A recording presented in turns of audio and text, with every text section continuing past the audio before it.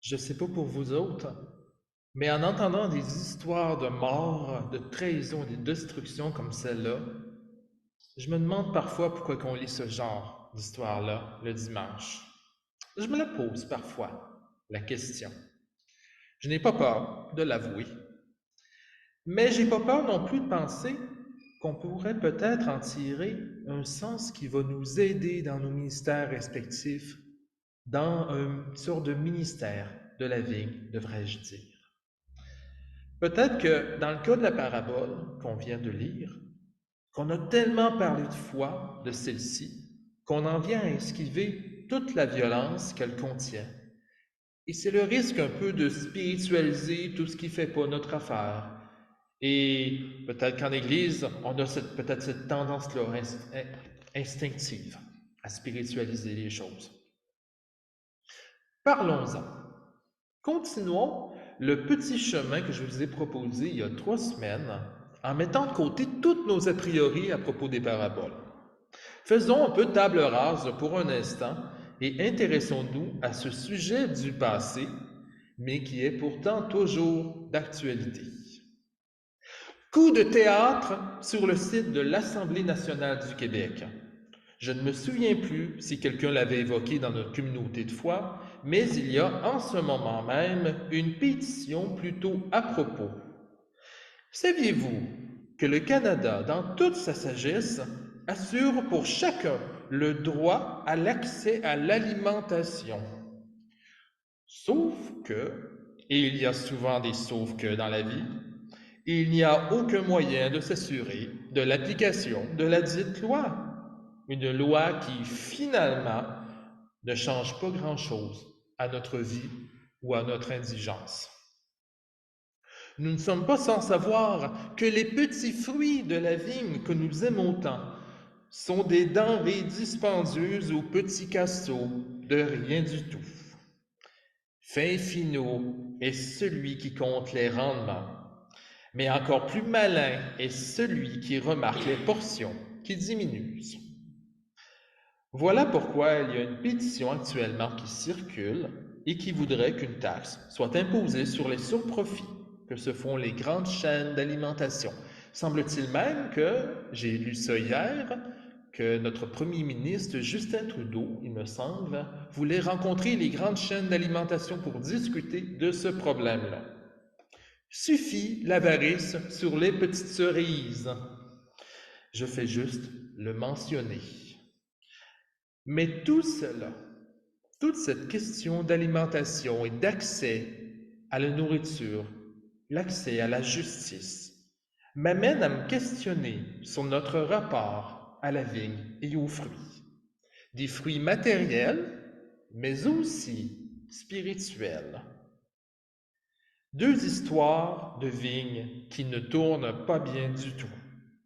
Et un des problèmes auxquels j'aimerais qu'on réfléchisse plus attentivement ce matin a à voir avec un détail qu'on soulève bien trop rarement.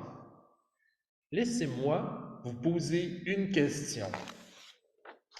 À qui appartiennent les vignes et à qui sont destinés les fruits?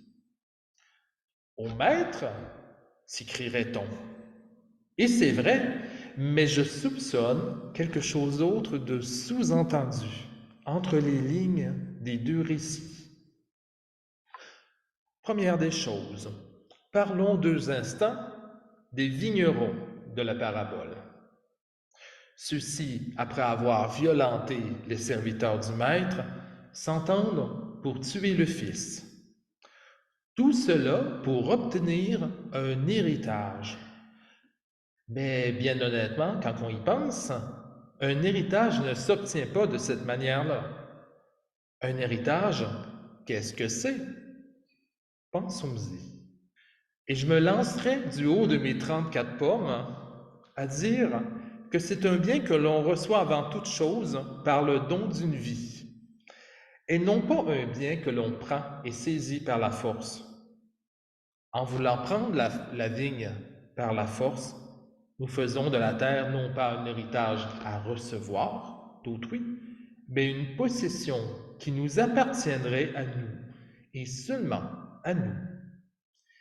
Ainsi, les vignerons accaparent la terre au point d'en faire un champ de bataille contre tous ceux qui revendiquent le droit d'y accéder, un droit légitime, comme le droit de se nourrir.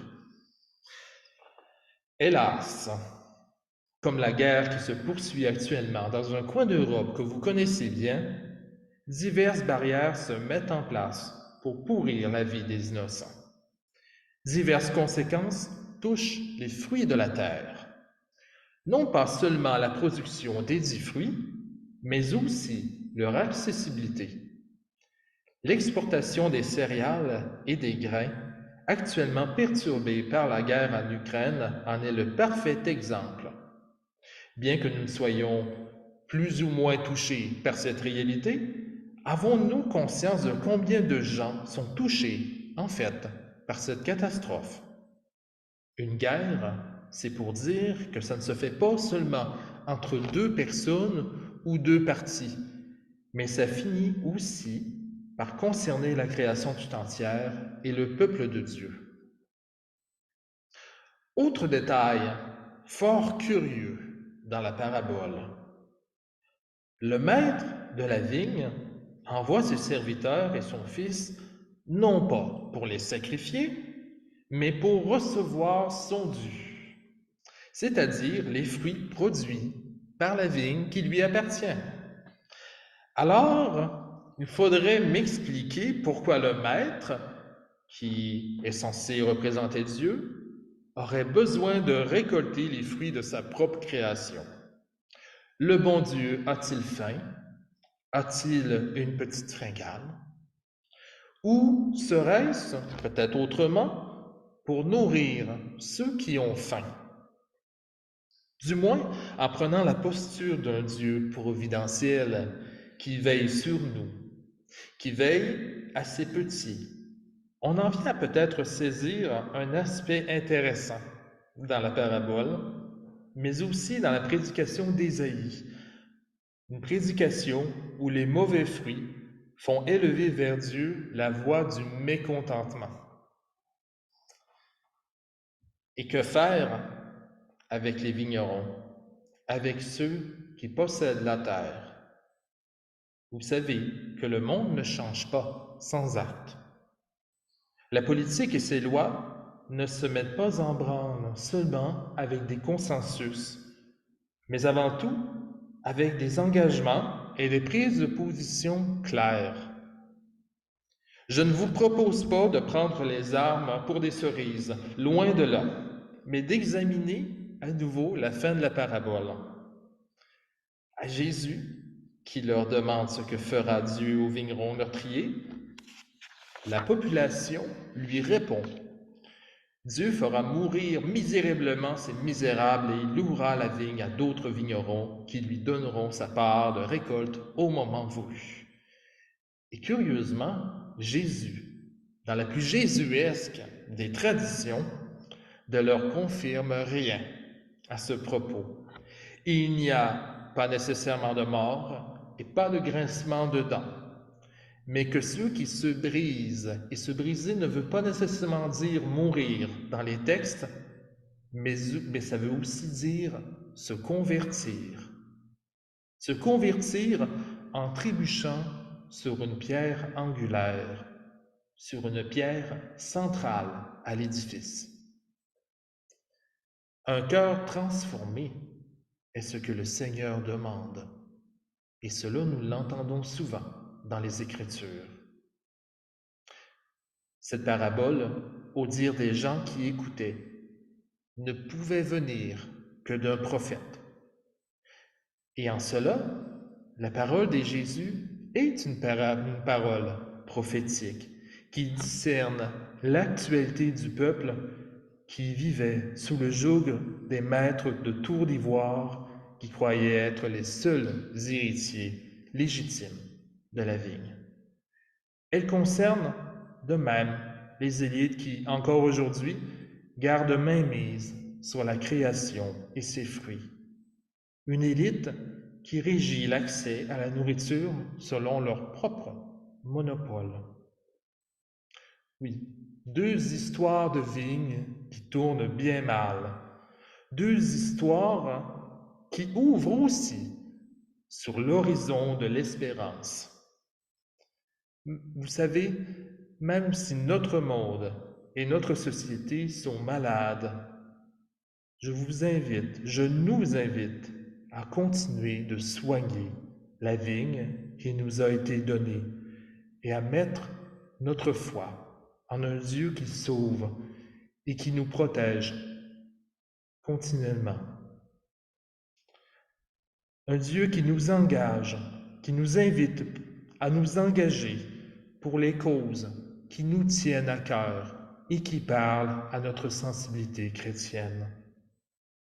Prions pour la réforme d'autrui et la nôtre lorsque nous nous apercevons que nos propres fruits tournent mal ou que la récolte n'augure rien de bon.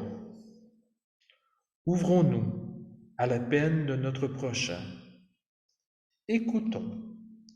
Apprenons aussi à faire silence. Cultivons, non pas pour posséder, mais pour nous assurer de la suite d'un monde avec qui nous avons la co-responsabilité avec Dieu. Tout cela, à mon sens, est un don du Seigneur dont l'objectif a toujours été de donner la vie en surabondance. Grâce soit rendue à Dieu pour nos vies, pour le monde de demain, dont toutes les possibilités sont ouvertes. Amen.